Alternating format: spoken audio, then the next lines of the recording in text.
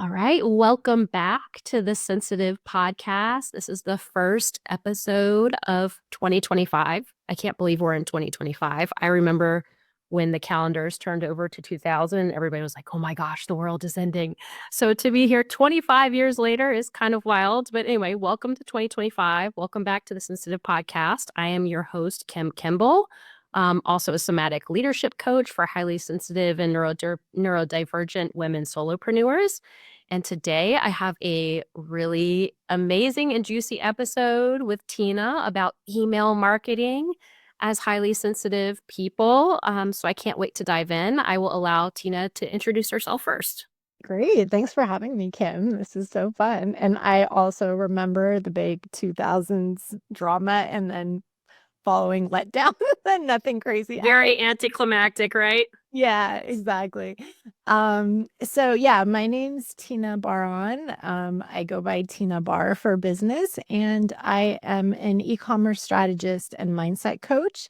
And I work primarily with women who are what I call accidental entrepreneurs. So they fall into business by creating an amazing product, developing something, inventing it. Sometimes they're makers, and the hobby turns into a business, and then they need help with marketing and scaling and taking it to the next level.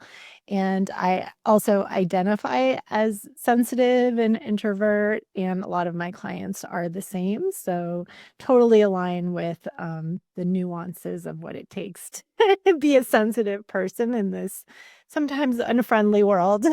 Mm, I love that. I never heard you say that, the accidental entrepreneurs. Mine was very, very intentional of like the workplace is killing my soul as a highly sensitive person and I can't do it.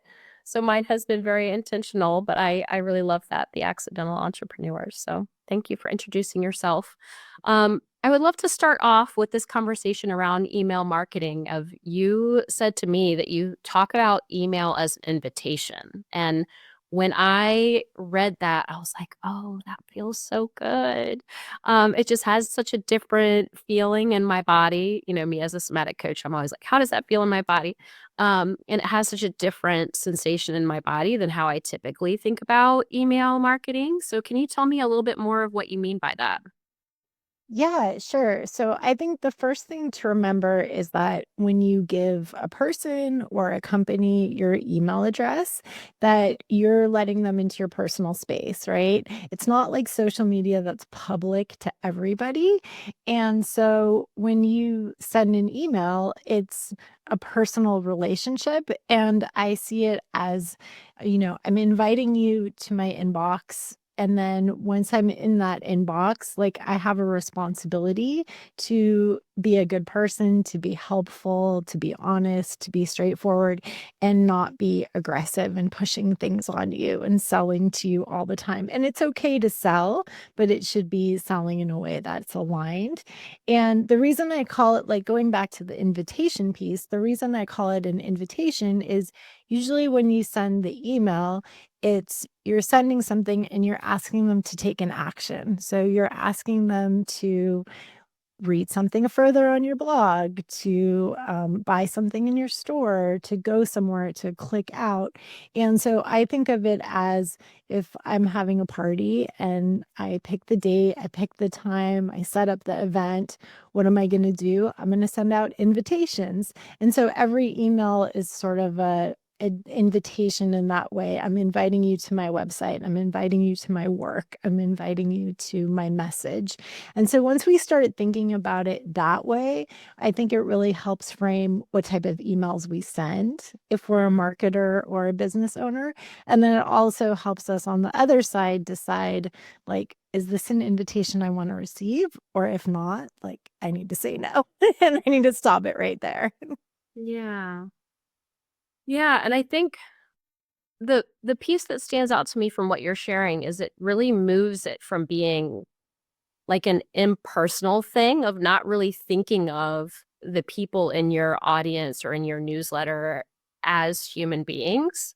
That there's just like this impersonal mass, Yeah. versus moving it towards this much more personal exchange is maybe the word that I would use, rather than I'm just kind of sending this off into the ether. I don't have any faces attached. This isn't personal at all. That feels like a shift to me. Yeah, completely. And I think, for most like the solopreneur, which we both work with, sending an email that has your picture at the bottom, even if it's just a small little circle or has a scan of your signature, all of a sudden it becomes personal from you to them. And it's bridging that gap of, okay, this is, yes, electronic communication, but it can also be a lot more personal, and writing an email with a person in mind, with a customer in mind, makes it that much more successful. Mm, yeah, I love that. Well, we all know that email marketing really is a tremendous opportunity as a business owner, but a lot of the ways email marketing is traditionally taught doesn't feel good either to send as a highly sensitive person, as a business owner, or to receive if you're a highly sensitive person yourself. And so, what are some of the ways that traditional email marketing is done that just doesn't work well as a highly sensitive person?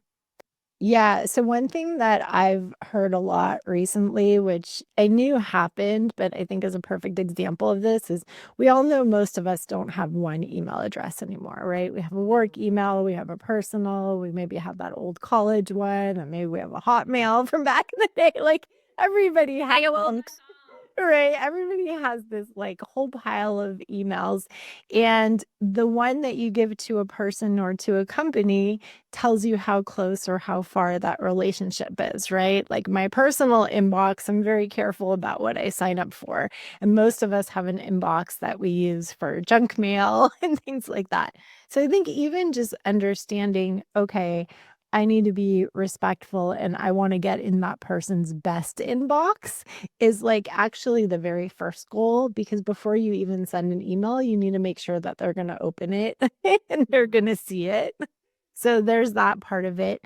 And then as a highly sensitive person myself, there's things that have been kind of taught that I see in the marketing world that really drive me crazy.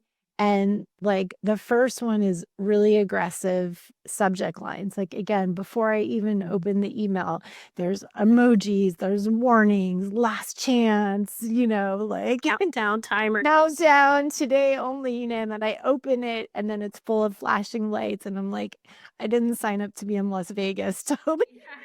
All right. Like, don't give me slot machines and dings and lights and all these things. Like, so I think those are things to stay away from. Writing clear, concise communication, short paragraphs that are easily scannable, larger fonts, all of those things I appreciate as a sensitive person.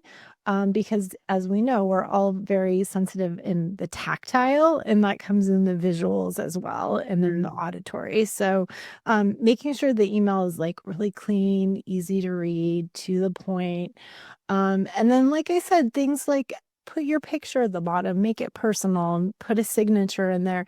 And if you are selling something, that's fine, but just be upfront about it. This is the price, these are the dates. Don't try to send me down some marketing, tripwire path where it's like, click here, buy this, and then you're going to buy another thing, and then you're going to buy another thing, and then I'm going to ask you for your email, and oh, then I'm going to ask you for your phone number, and then I'm going to start texting you like crazy, right?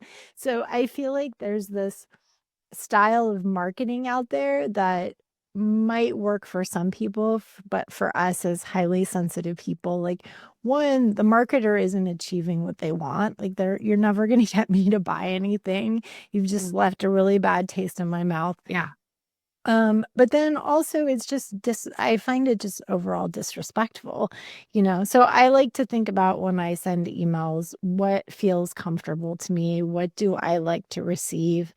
And then the other piece to that too is frequency. That's another thing that these Yes. people teach is get them on your list and then send them 5 emails the first day and then send them another 4 emails and just keep harassing them basically. It's like, harass them till they either buy or unsubscribe. And to me, that's totally the wrong approach to relationship building. I don't have a problem with flows or sending emails on a regular schedule, even once a day, but then break it up and make it make sense. Like day one, it's welcome. I'm glad you're here. Day two, it's let me tell you about myself and my work. Day three, it's this is how I can help you. Like break it up and make it so that each one is something I want to open, I want to read.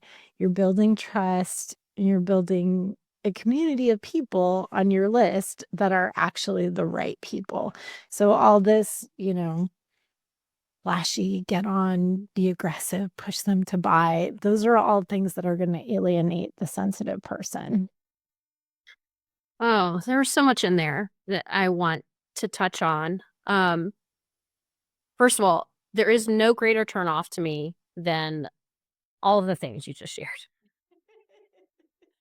Especially the frequency, like, if I am getting, it's like all of these emails, and if they're selling something, if it's all of these things over and over and over and over, um, just drives me absolutely bonkers, and I do like it if somebody is going to have that type of tactic, if they very least have a, "Hey, if you wanna unsubscribe from this particular sales funnel right now, yet stay on my list, here's a button to do that." That is Yes. the absolute least someone can do in that situation, right? So, but the pieces that I wanted to touch on of what you shared, first of all, I wanted to just share that for me at least, and I would love to hear how this lands for you, is that what I sense in behind all of this is I'm just going to name it like an energetic blueprint Oh, of I love the that. email, Yes. right?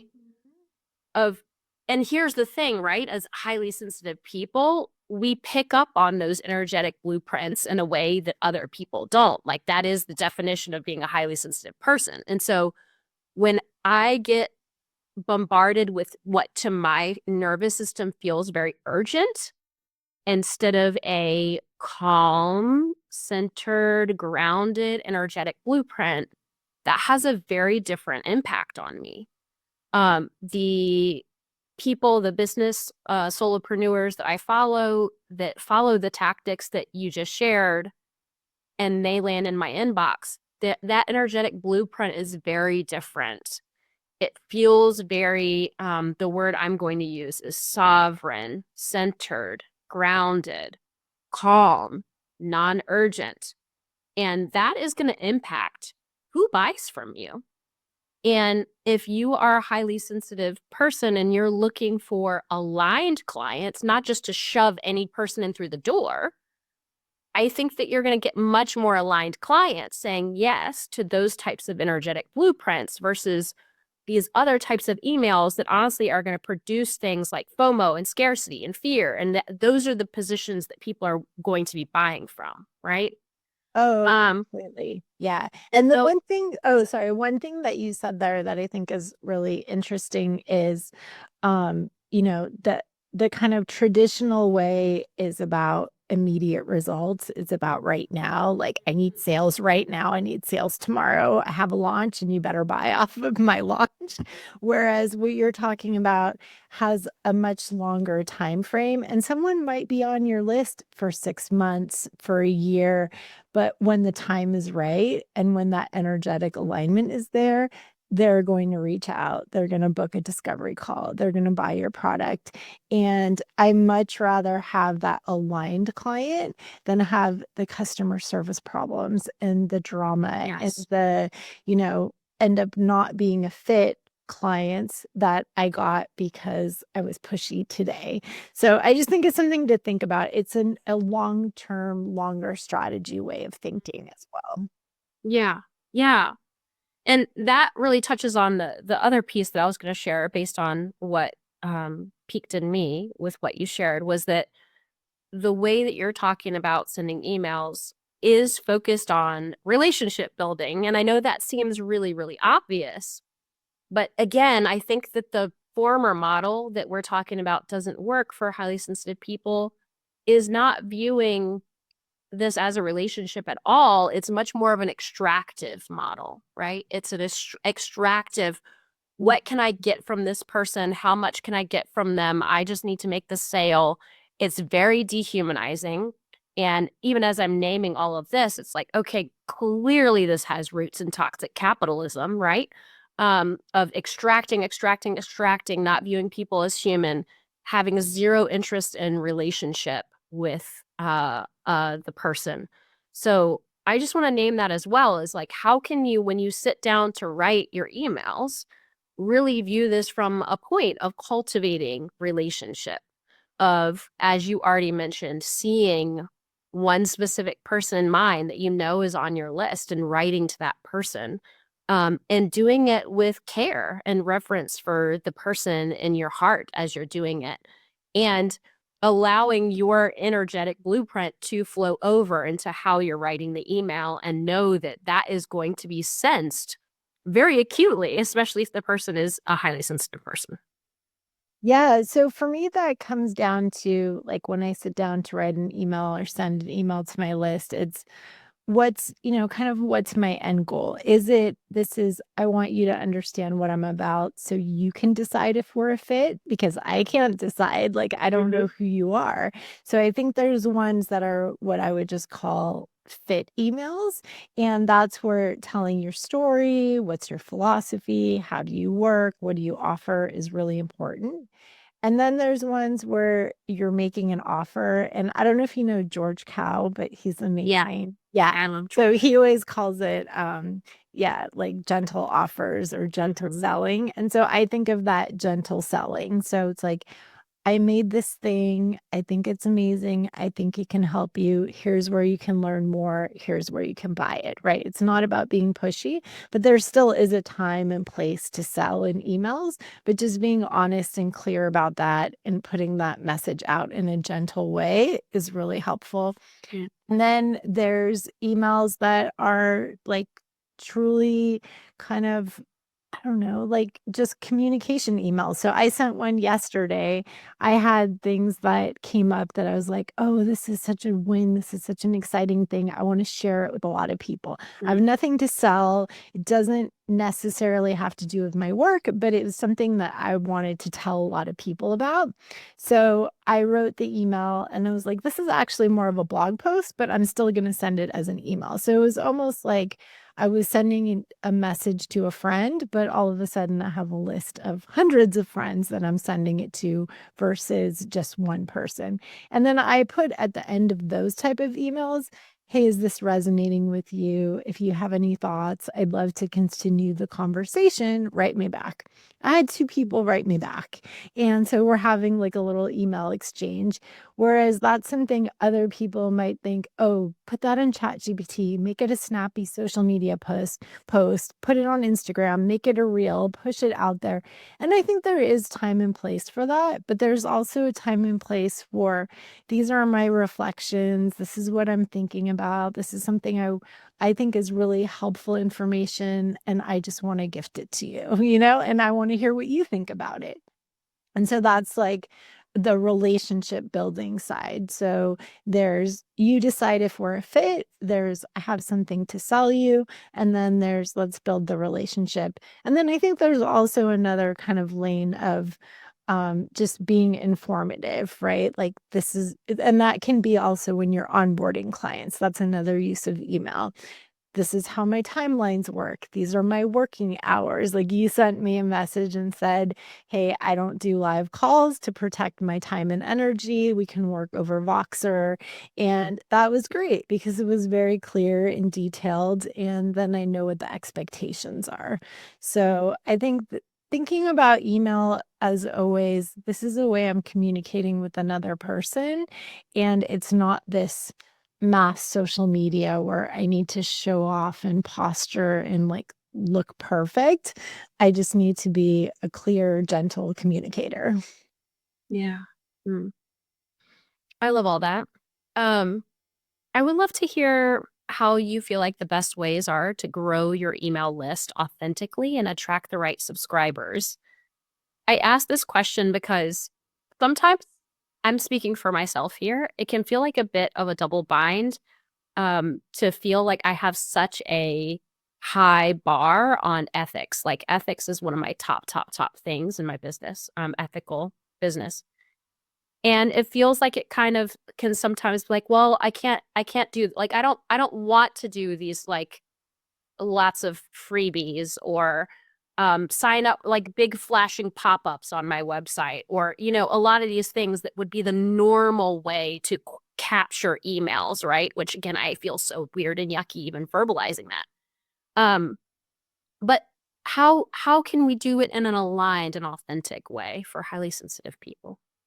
Yeah, that's a good question. And I think it is really hard because all of the training out there is really about free lead magnets and, like put a pop up on every page and kind of trick people into signing up for your list. And I think, I will say because I do work with a lot of e commerce people, I think pop ups are fine in e commerce because you're usually offering a discount or free shipping, and for me, that's a very good value exchange for a product-based business. But there are ways to make it not so in your face, like the timing of the pop-up, the messaging, like make it clear. But for what we're talking about, the solopreneur kind of vein, um, I like to just make it accessible where someone is, right? So if it's social media, you have a link tree and you want to have an option on there, join my list. And then you can even say, what am I signing up for exactly? I hate when it says join my newsletter or sign up here. It's like, well, what are you gonna send me?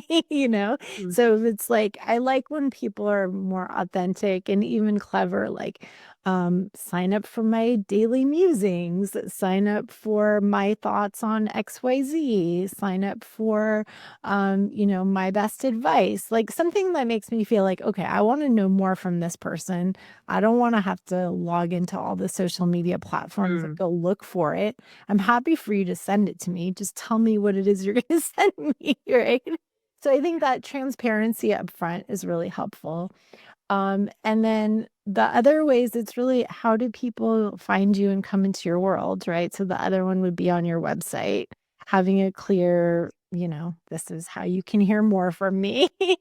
And then what I do is on my blog posts, if there's I'll usually say, like for example, I'm doing word of the year right now. So I have a few blog posts about the topic of word of the year. And then I create a sign up form that says, if you want to hear more about word of the year, sign up here. So they know that I'm going to send emails on that. And I might send emails about my regular list information, but they're segmented out. So I know that you're going to hear about just what you care about. So I think that transparency is really important.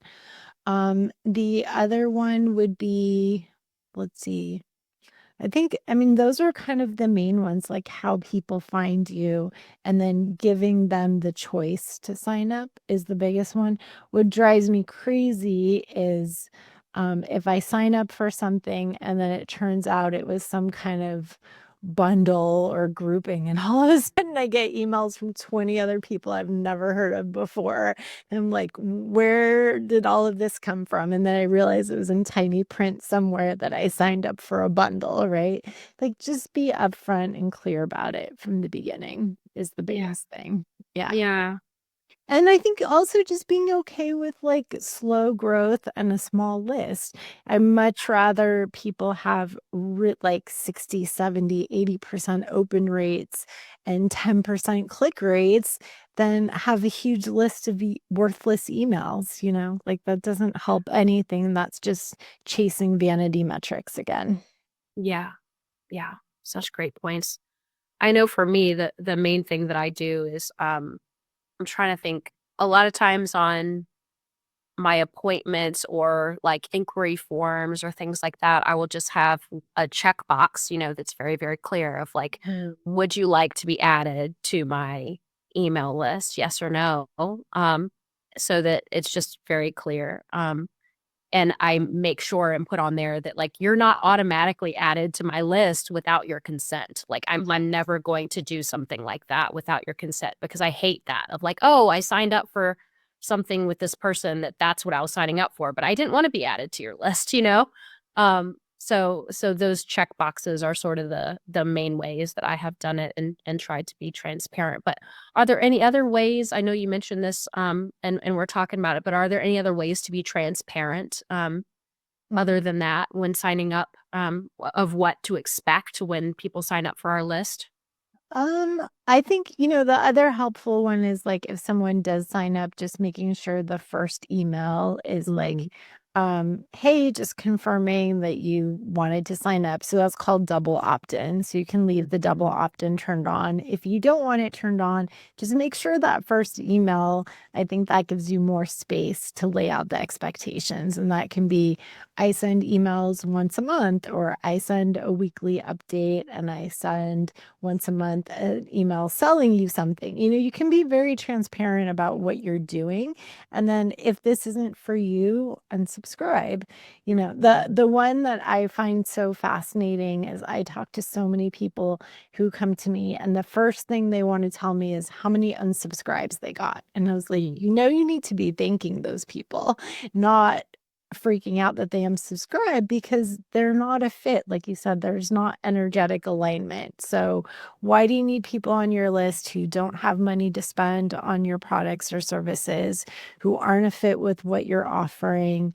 Like there is no value in that. It's collecting clutter, right? Yes. So let's not get hung up on the wrong things, and let's instead say, okay, if people are unsubscribing, it's either the wrong people on your list or you're doing something to turn them off. And so maybe your marketing process, maybe what you're sending is not a good reflection of what, like they want to Yeah. see. So Yeah. there's a lot of like, it goes kind of in a lot of different directions of what you're trying to achieve. Yeah. Yeah. I've always, really tried to look at unsubscribes from a very neutral place. Yeah. Of course, unless you're getting, like, heaps of them, and then you're like, "What am I doing?" Right? But, yeah, having some from time to time is perfectly normal, purge, and people just it can even be something as simple as, like, "Hey, I'm overwhelmed with the amount of emails in my inbox, and this isn't for me right now," in which case, like, absolutely 1,000% protect your space, right? Really viewing somebody inviting me into their inbox as a sacred thing, and that it doesn't have to be forever, right? So It's super neutral. Like I have my setup is because I have all these email addresses. I have the most important ones go into one primary inbox. yeah. And if I see I got 3 emails from the same company or the same person, I'm like, oh, whoops, I signed up for their email address or their email multiple times with different email addresses. So I'm just streamlining what I'm receiving. I still want to get it. I just want to get it in a different inbox. So there's all kinds of things going on behind the scenes, and like internalizing it, taking it Yeah. personally is something that I don't want a sensitive person to do and say like I'm a terrible marketer because I got an unsubscribe. Like no, that's not what that means. I literally just did that today with somebody who I have given lots of money to, and I love, love, love dearly. And I recognized that I had double subscribed on my personal and my business, and I was getting two, and I was like, oh, unsubscribe.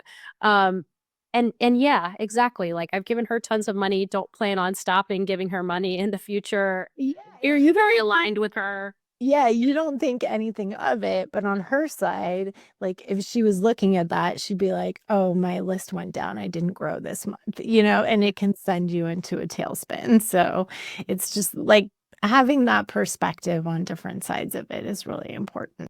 Yeah, exactly. Well, how can you make email a two-way conversation? And why is that important even for relationship building? I know we've been talking about relationship building a lot. Mhm. Yeah, so I think there's a couple ways. So one I talked about was when you're sending an email, literally ask. your audience to respond. Like, do you agree with this statement? Do you feel the same way? Do you have something to add to this conversation? And you'd be surprised, like, people, if they like your content, will respond, because I do that in almost all of my emails, and I almost always get at least one response back. The other reason to do that, just from a technical standpoint, is because the email inbox providers now see that email has gotten out of control and is a big problem. You'll get moved to spam or promotions if you're not getting a good open rate, click rate. And one of the best ways to kind of guard against that is to actually have someone respond to an email. And It's the inbox that was happening because I saw in kind of Facebook groups and things like that, people commenting about that of like that their emails had been being moved to spam. And I was like, I'm not experiencing this, but my open rates are consistently like 60%. So that tells me why I'm not experiencing it, but I didn't know that was going on. Interesting. yeah, so like all the providers have put a lot of filters in place. And so there's things that flag them, like all caps. There's certain words that get flagged, like sale, discount, last chance. So they're trying to do some of that filtering for us. But like, if you want to stay in touch with your most important people, then asking for that response is important.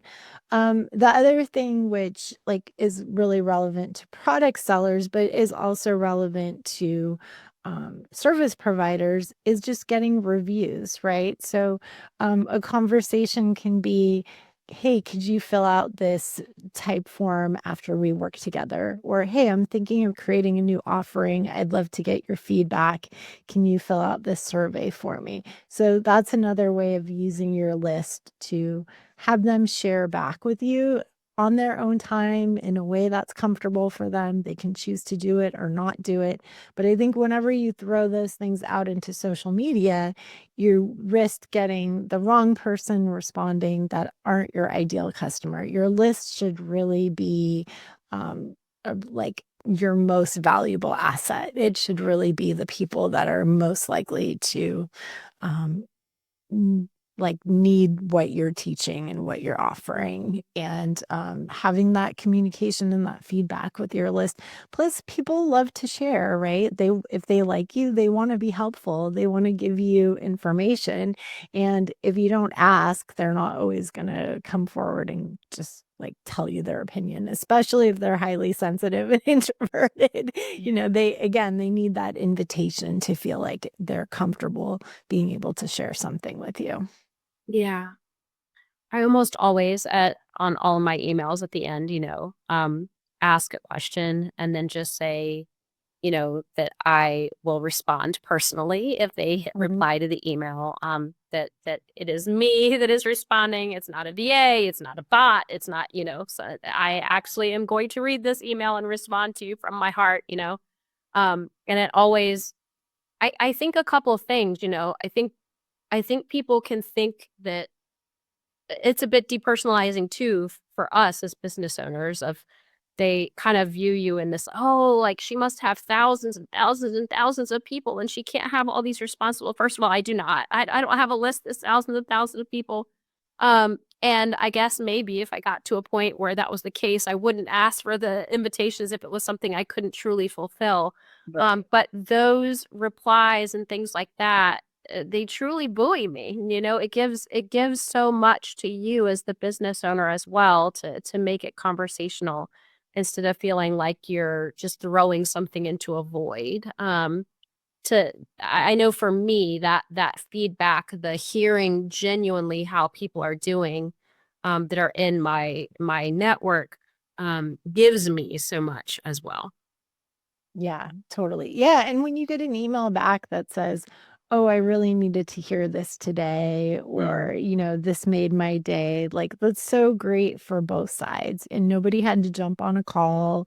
It didn't have to be as personal as a phone call. I don't have to know what they look like, but I do know that I've been able to put something good out there, and so that's really, yeah, like you said, it's rewarding for both sides. It is absolutely. Well, let's talk about selling via email. How can we sell as HSP via email in a way that doesn't feel gross, icky, or inauthentic? Yeah. So I think I talked about it a little bit, but I think the important thing is just being upfront that, hey, I have an offer. This is the price. So the ones that drive me crazy is hiding the price. Like, I need to know upfront if this is in my budget or not. Is this $100 offer or a $10,000 offer? Because there's a big difference right there, right? And then also just being clear, like, what are you asking of me? What's the time commitment? What's involved? Sharing reviews. What have other people said about this product, or this service, and what transformation, what change did they get? And then it's like, if that's the case of, I'm putting this invitation out there. I'm saying, I have something for you to buy. I think it's going to be really helpful for you. I've created it with love. I've created it with you in mind. And now I want to make it available for you to buy. And then on the other end, it's like when I get emails that are like that and they're like pushing something on me, they've tried to make sure I'm a right fit for it.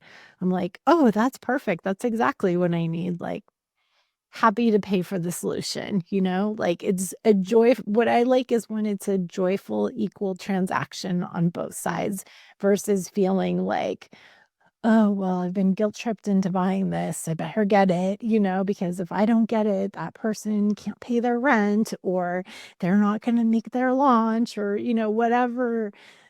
Like, don't lead with negative feelings, lead with the person in mind that you're trying to give the solution to and how you can help them. Don't make it about you. Yeah. Because I see so many of those that are, make it about you kind of thing. Yeah. I would be curious your thoughts on this as we're talking about sales. I know, I believe George Cal, who you've already mentioned, has this philosophy. I know that a former mentor of mine, Caroline Leon, for sure has this philosophy because I learned it from her. I think Danny Garger may have this philosophy, maybe not entirely, but the philosophy that I'm talking about is separating your sales emails and making sure that sales emails are separate from other emails. Um, and I know, for example, I'm just going to speak from Caroline Leon, who I believe learned it from George Cal. Um, Her mindset is such of like kind of keeping it clean, so to speak, and energetically of um, making it very clear, as you're saying, in the subject line, in the subheading, that this is a sales email. And that way people can really opt out very quickly and easily of not even opening it if it's not something that they're interested in reading. And it doesn't have to be like, oh, I'm getting through all of this storytelling, for example, and then there's a sales pitch at the end. It's very clear of like, this is the offer. That's all I'm talking about in this email. It's very clear in the subject line. Again, somebody can opt out and not even open it if that's not something they're interested in. I'm curious your thoughts on separating it in that way. Yes, definitely. So what drives me crazy is these like you said, the long story email that I read the story and I'm waiting for something like really insightful and interesting. And then the story is a super letdown. Like, I don't know, oh no, Starbucks was sold out of my favorite coffee. That's like, I read all this, like you wasted my time for this. And then you're going to sell me some random thing that has nothing to do with that story. Like, I don't know who's teaching that, but I've been seeing a lot of those lately. Because I sign up to a lot of emails just to deconstruct what's working and not working, not because I want to read them or not Yeah. because I enjoy it, but I do it as more of like a Research. yeah, research, like cultural anthropologist maybe or psychology. And so yeah, I would rather you say, okay, this is my offer, this is who it's for, this is what problem it solves, this is how long it's going to take you, and here it is, like buy it. So just keep that very straightforward. And you can use the emails leading up to the sale to explain what the problem is, explain what your story or your change has been, and then say, and later this week, I'm going to send you emails about how you can buy this product. Like you can kind of give them a warning that a sales email is coming. I think that's another way of doing it. If it's a really simple, like for example, the email I sent yesterday was like a story, and then I just did in the PS, I said, PS related to this, I have this digital ebook. If you want to check it out, here's the link. So I don't even consider that a sales email, but I just wanted to give them the option of having something to click, somewhere to go look at something. But I don't consider that a sales email first.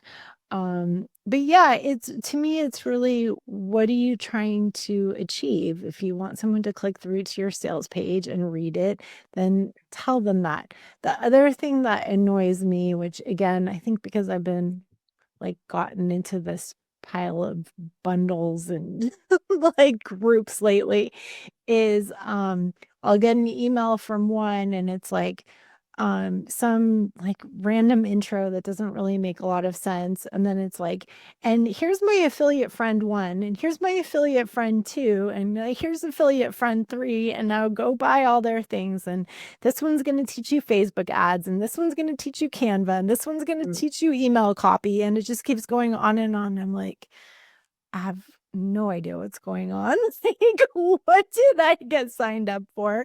And like, I can't imagine they have a good click-through rate. I can't imagine they're making sales from this.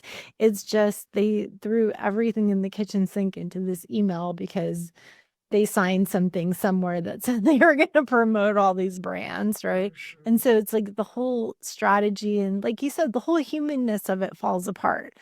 Who wants that? Nobody wants that, So it's like, I would much rather have a very clear offer, a certain, like, I think George does it maybe like once a month. He has something that he sells. So, and I promote that too for e-commerce, like have one big offer, have one launch, have one sale once a month or on a schedule that makes sense for you. So your customers also become accustomed to what to expect. Like when you're always changing strategy and trying different things, it's off-putting to the people that receive it. Mm. That makes so much sense.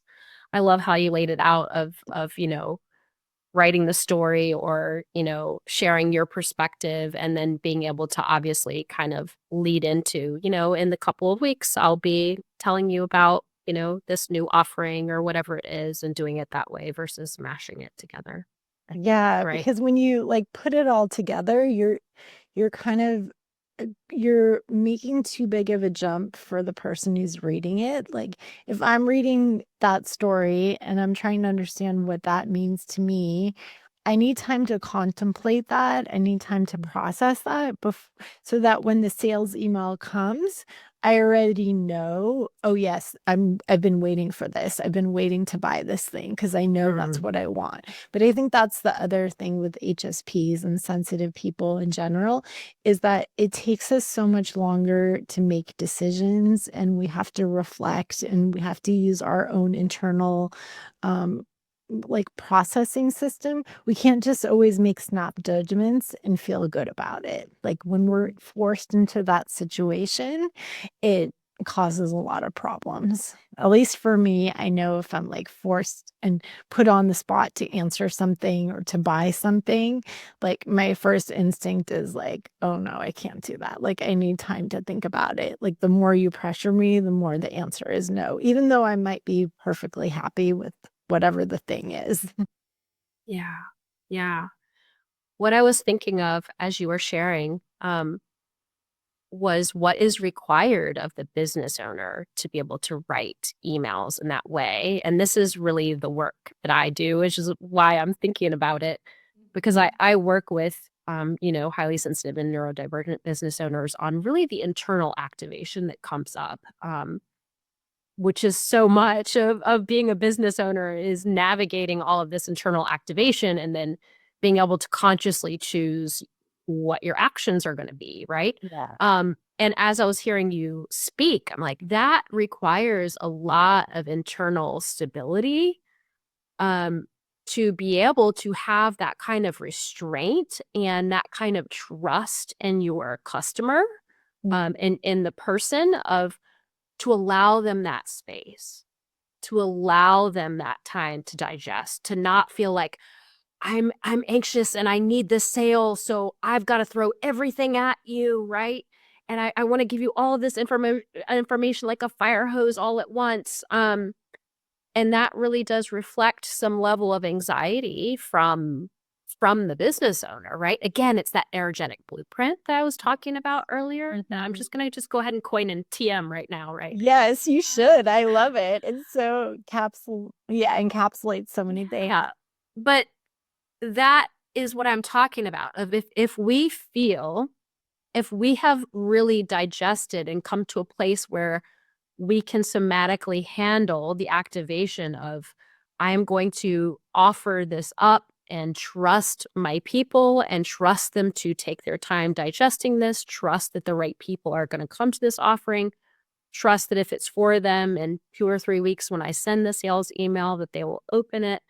Um, that being in that place as a business owner is going to allow your actions to be so much different, but it's also going to allow how you're feeling when you write these emails or do any of these activities in your business to feel so different. So I'm also thinking about the things that are required of us as within our own personal growth, right, as business owners to allow this to be possible. Yeah, it takes a lot of trust and patience that knowing the right opportunities will come along. So like a great example is last year I had time in my schedule and I was like, okay, I need one more client. Like I want one more consulting client. I was like, okay, I'm just going to go on social media and Instagram and kind of I started talking about, okay, this is who I like to work with. That's where even my like accidental entrepreneur idea came from. And then I made a story and I said, hey, I have room for one more client. And I have like 200 followers on Instagram. So I didn't expect anything. I was like, okay, after the Instagram story, I'm going to send an email and say I have one, space for one client.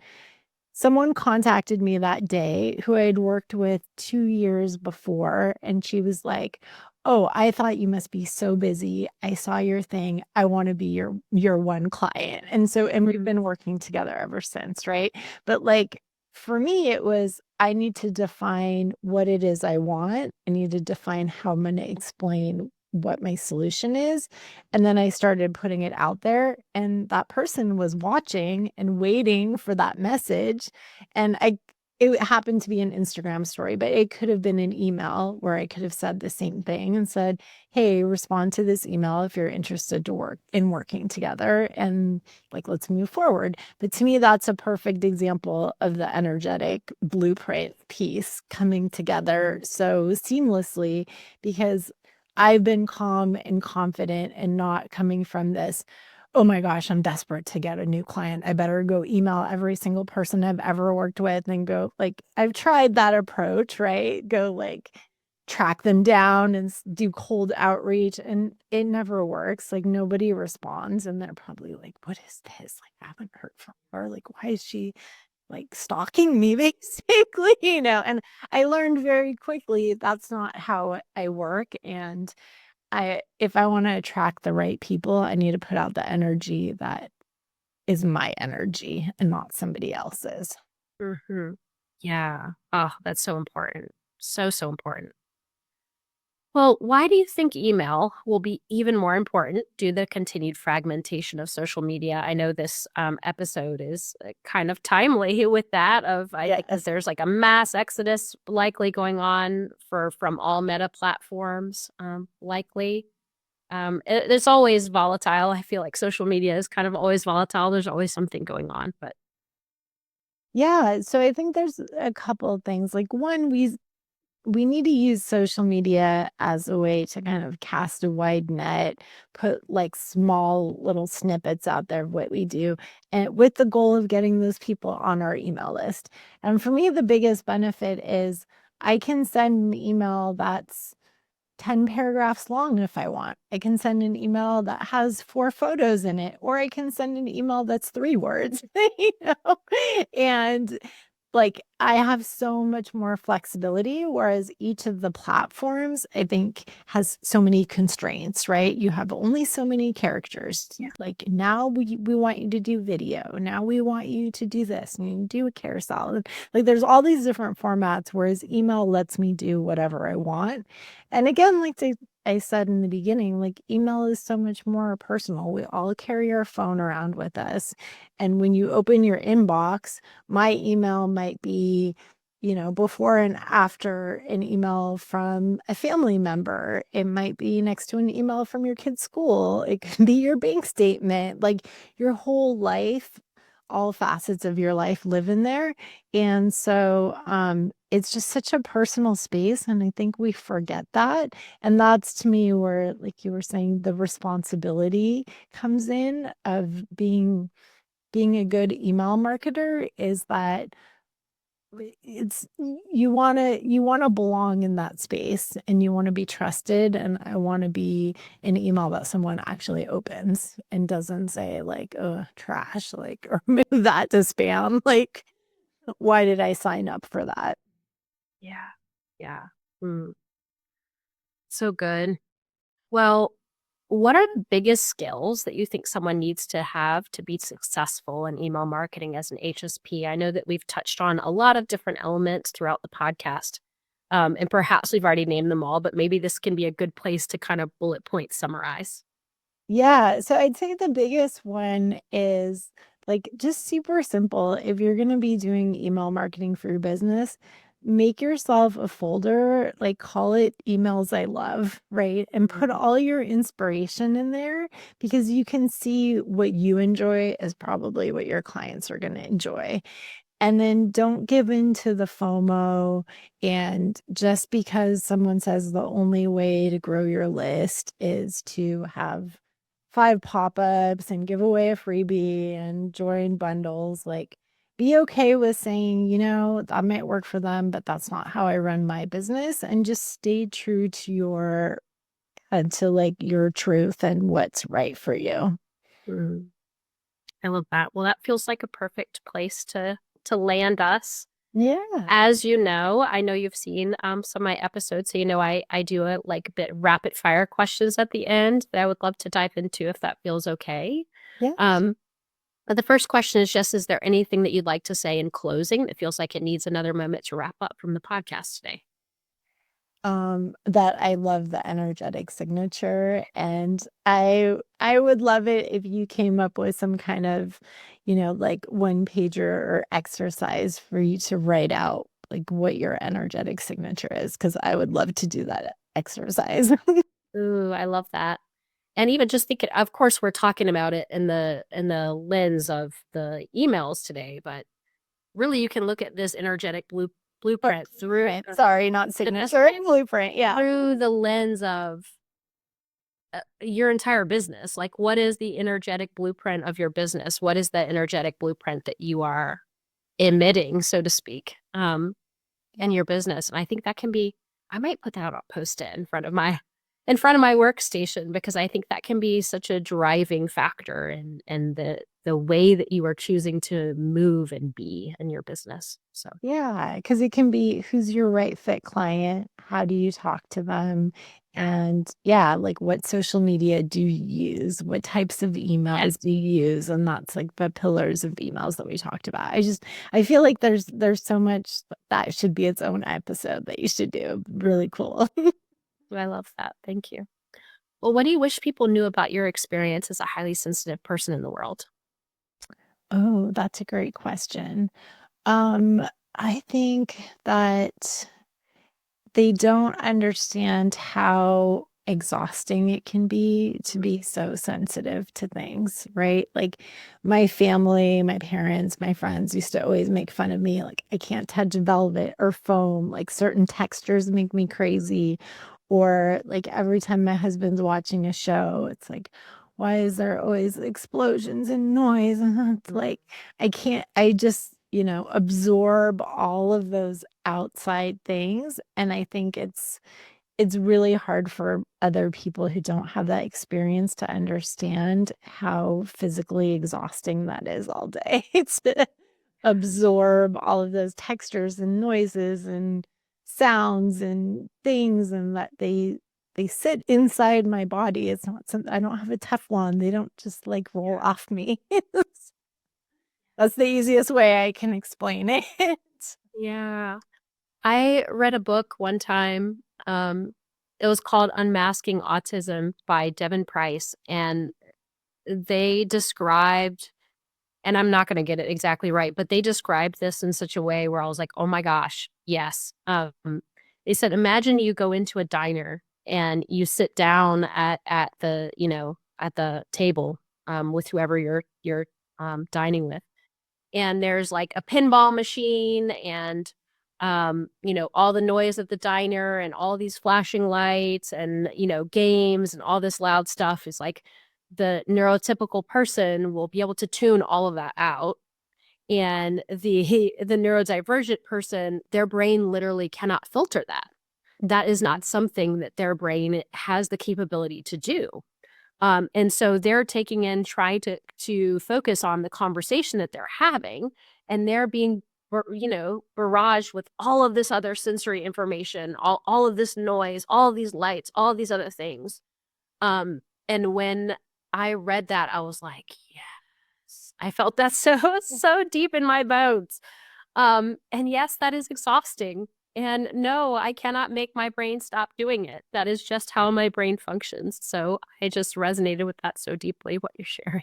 Yeah, and then that's also why, like, as a marketer and someone who looks at websites all day and like signs up for emails all day, it all of a sudden, once I understood that HSP, like I never had a name for it. I think it's maybe our generation, like we're just starting to get Yeah. into really understanding it.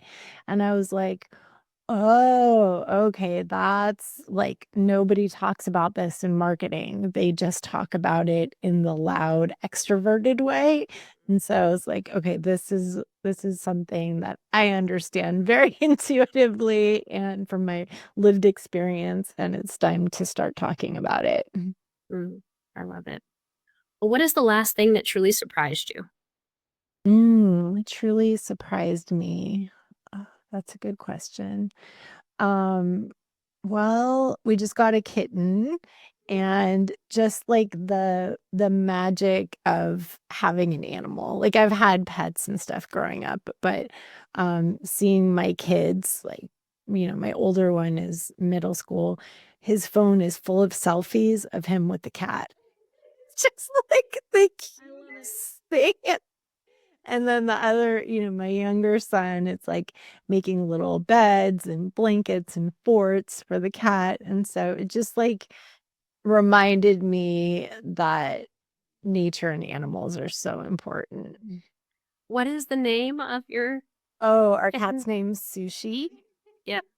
And that's Yeah. what I thought. I was like, I was thinking like for some reason what was going through my head was chop suey or something like that. Yeah, no, so the joke is because his bottom half is white and he has this like brown strip on the top. So when he like is curled up to sleep, he looks like a sushi roll. I love it. I love seeing pictures. So, so cute. Yeah, I'll post some more she selfies up there. Well, what consistently brings you deep joy? Deep joy. Yeah, I mean, I'd say like my kids and just their laughter at night. The boys share a room. Like we'll hear them at 10 o'clock at night just giggling and talking, and just something, magical about that. So you have two boys, and what are their Two ages? boys. So one is 13 and the other one is 9. Oh, all right. I've heard tough things about those ages. You'll have to let me know. My son is going to be 2 in March, so you are far ahead of me, but Actually, I think they're really good ages. Like the younger years were harder. Yeah. So you have a lot of fun years ahead for sure. yeah, I think everybody kind of has a forte, you know what I mean? The certain years that are their forte, and I anticipate the years that you're in now being more forte for me. And Yes. thankfully, my husband is in his forte era right now with like the 1 to 2 years. And it's always been his favorite. So, yeah, tag team. Very cool. Well, Tina, thank you so much for your time and for your wisdom, for sharing your expertise. This has been such a nourishing conversation. I've really, really enjoyed it. And I know I have lots of takeaways, and I'm sure everyone who listens will as well. So thank you so much. Thanks for having me. I'm really glad we got to talk about this. It's important to have the HSP perspective in the world. So, Yeah. yeah. Thank you.